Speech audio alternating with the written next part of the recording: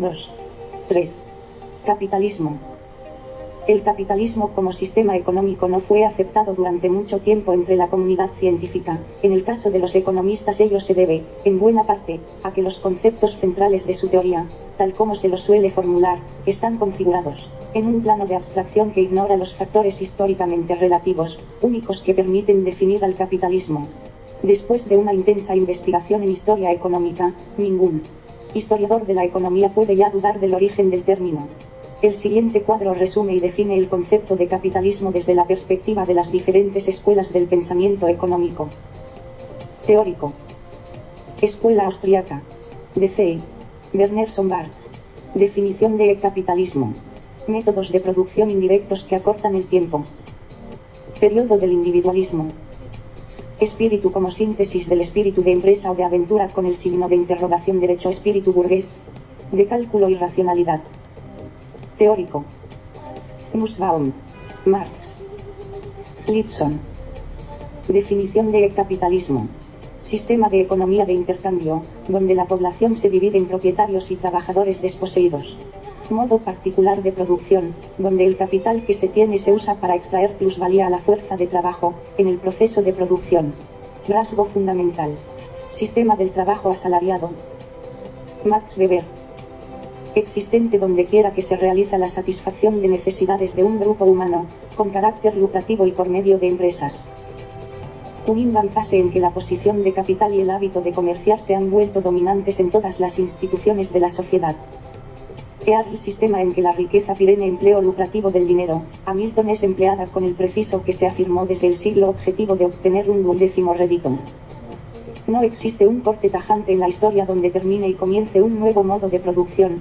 Cuando acontece un cambio histórico este es gradual y continuo, se da un cambio de dirección en la corriente de los hechos. Esto se debe leer como una revolución social que pasa de un sistema antiguo a uno nuevo. El principal agente de movimiento y cambio dentro de una sociedad lo constituye el conflicto y la interacción de sus elementos claves. Por lo tanto, quien provoca estas modificaciones es la sociedad económica sustentada en las sociedades de clase. Para el caso específico del capitalismo, solo una clase se ve ampliamente beneficiada 36. Económicamente con esta modificación. La manera de obtener esta ventaja se da en el ámbito del proceso de trabajo, donde la clase trabajadora produce un excedente del que se apropia la clase privilegiada que se ha hecho poseedora de los medios de producción, de la riqueza. Para Federico Engels, se trata de la formación de un remanente del producto de trabajo después de cubrir los gastos de sostenimiento de este y la formación e incremento, con este remanente, de un fondo social de producción y de reserva, que era y sigue siendo la base de todo progreso social, político e intelectual. 2. 3. 1. Revolución industrial. Se conoce como revolución industrial al periodo de la era moderna entre 1760 y 1840. En este lapso se producen una serie de cambios tecnológicos en Gran Bretaña que se traducen en una nueva forma de producción y en un nuevo orden y estructura social, que permearía con el paso del tiempo al resto del mundo. Los cambios tecnológicos estuvieron asociados con la industria del hierro y del acero, a partir del uso del carbón de piedra, también a la invención de máquinas de vapor que se utilizaron en diferentes campos, desde la industria textil hasta los ferrocarriles, pasando por la agricultura. Asimismo, surge una nueva organización laboral, en donde la división del trabajo es más especializada y se requiere mano de obra con mayor preparación. El desarrollo del ferrocarril y de los barcos de vapor con cascos de hierro permite dinamizar los flujos de mercancías. En Gran Bretaña se conjugaron ciertas condiciones políticas, socioeconómicas y geográficas, que permitieron que se diera este avance tecnológico antes que en cualquier otro país. Dentro de las condiciones políticas, en Gran Bretaña existía un régimen político estable, una monarquía liberal que imperaba desde el siglo XVII, ajena a toda clase de revoluciones o conflictos sociales, situación que no sucedía en los países europeos, en los que predominaban las monarquías absolutas y conflictos sociales. Por otra parte, a pesar de que este país participó en varias guerras, su territorio nunca fue dañado, debido a su situación geográfica. El ser una isla les dio una protección natural, y aunado a ello contaba con la mayor flota de guerra, misma que mantuvo su hegemonía hasta el siglo X y X. Dentro de los factores socioeconómicos, se advierte una abundancia de capitales, los cuales en su mayoría provienen del comercio internacional, con productos como tabaco, té y tráfico de esclavos. Al mismo tiempo, existía una expansión de la producción agrícola y una abundante mano de obra, a causa de un alto crecimiento demográfico. A diferencia de la aristocracia de la Europa continental, que se encontraba más apegada al cultivo de la tierra, la aristocracia británica permite y premia las innovaciones que generen riqueza, situación que proporciona mayor libertad económica y, por consiguiente, mayores emprendedores entre comerciantes y terratenientes. La política fiscal en Gran Bretaña era bastante laxa en comparación con la del resto de los países. El pago de impuestos internos era bajo, lo que permitió estimular de forma decisiva el comercio dentro de la isla. En cambio, en los países europeos los impuestos eran muy altos e inclusive tenían aduanas internas que cobraban impuestos al comercio que se realizaba entre las diferentes provincias, situación que desalentaba esta actividad. Finalmente, el Reino Unido contaba con una gran cantidad de recursos, como hierro y carbón. Gran parte de la industria se asentaría en terrenos próximos a las minas de carbón, sobre todo la industria siderúrgica. Su clima prácticamente lluvioso todo el año permite tener un sistema fluvial con fuertes corrientes de agua que permitirán el uso de la energía hidráulica, antes del desarrollo de la máquina de vapor. El sistema fluvial será decisivo para favorecer el comercio nacional. La revolución industrial no se podría explicar sin la revolución agrícola. Así como la tecnología se fue desarrollando en el campo industrial, también lo hizo en la agricultura, que a principios del siglo XVIII todavía era bastante rudimentaria. Los arados eran de madera y se continuaban utilizando la hoz y el azadón como herramientas principales, y era escaso el uso de fertilizantes y prácticas como el barbecho. Hacia las primeras décadas del siglo XVIII empiezan a aparecer nuevas y mejores herramientas para la labranza. Algunos autores consideran a Jethro Tull como el pionero de la agricultura científica y de la revolución agrícola en Gran Bretaña. Desarrolló una máquina que permitía sembrar grandes extensiones de terreno, de una forma más homogénea y profunda, lo que permitía un mejor aprovechamiento del suelo y mejoras en el crecimiento y maduración de los cultivos. Asimismo introdujo al caballo como animal de tiro en las tierras de cultivo. Su invento se convirtió en un éxito en el momento en que publicó, en 1731, el libro La Nueva Labranza por medio de la tracción equina, Teneporse o Engus Bandri. La industria siderúrgica también formó parte de la revolución agrícola porque permitió desarrollar herramientas más fuertes y duraderas para el trabajo en las tierras de cultivo. Ejemplo de ello fue el arado de hierro, que posibilitó una labranza más profunda y efectiva, mejorando la calidad de los surcos. Aparecieron también las primeras segadoras y trilladoras, que permitieron mejorar significativamente la productividad de los trabajadores del campo. La práctica de una agricultura tecnificada y las investigaciones sobre mejores técnicas de producción, llevaron a los británicos en poco tiempo a hacer del campo un verdadero centro de abastecimiento de alimento para una población creciente. Lord Townshend, pionero en la agricultura científica, desarrolló durante el siglo XVIII nuevas técnicas de rotación de cultivos que permitieron un mejor aprovechamiento de las tierras y dejar de lado la práctica del barbecho. Asimismo, se trabajó en la selección de nuevas especies de plantas que permitirían incrementar los rendimientos agrícolas, esto es, una mayor cantidad de producto por hectárea sembrada. Junto con la agricultura se desarrolló también la ganadería, misma que produciría desechos orgánicos, fuente de abono para mejorar las tierras de cultivables. Finalmente, el cercamiento de las propiedades será otro de los detonantes del progreso agrícola. Hasta principios del siglo XVIII se practicaba un sistema agrario denominado de campos abiertos, el cual era una práctica ineficiente, porque la siembra por voleo y las tierras en barbecho son un desperdicio. Con este sistema de campos abiertos era muy difícil contener las plagas y enfermedades, y cualquier tipo de innovación era difícil de implementar debido a que se tenía que consensuar y aprobarse por todos los propietarios de los campos. No es sino hasta mediados de ese siglo, en el que algunos propietarios de terrenos empiezan a cercarlos. Esto, aunado a los nuevos desarrollos agrícolas, les permite un mayor control de sus cultivos y por consiguiente mejores rendimientos de los mismos. Los cercamientos contribuyeron de forma decisiva a la transformación de la vieja agricultura medieval en una agricultura capitalista, funcional y rentable. Los propietarios de tierras que no contaban con capital para cercarlas tuvieron que venderlas y convertirse en arrendatarios o jornaleros o, simplemente, emigrar a las ciudades y trabajar como obreros. Así como hubo un desarrollo agrícola científico, también se desarrollaron, por medio de las ciencias, nuevas especies ganaderas.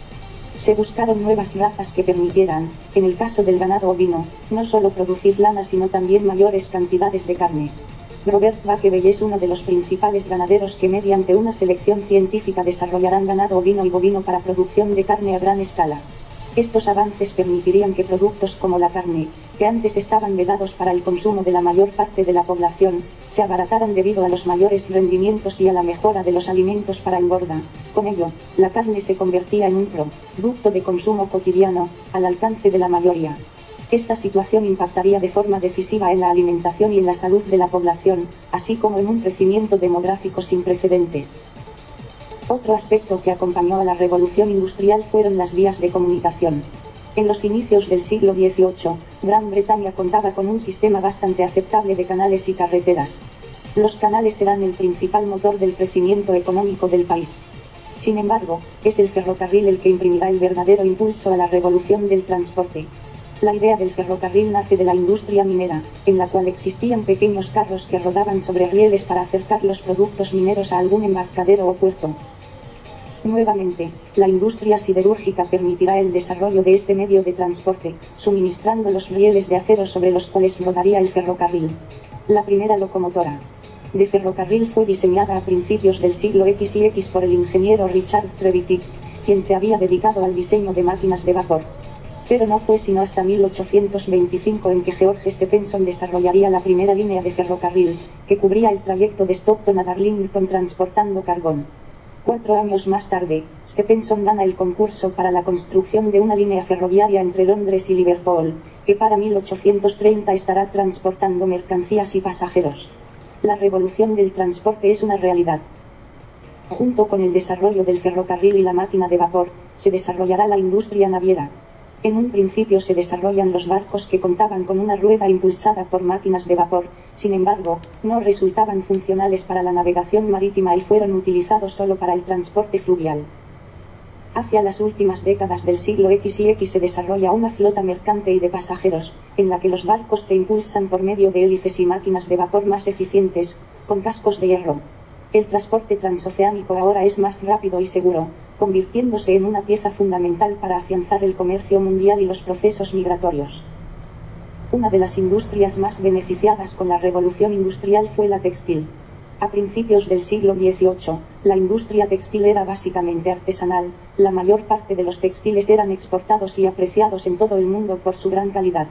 Estos textiles se realizaban bajo el sistema doméstico caracterizado por la producción de hilados y textiles realizada en la temporada en que no se hacían trabajos agrícolas.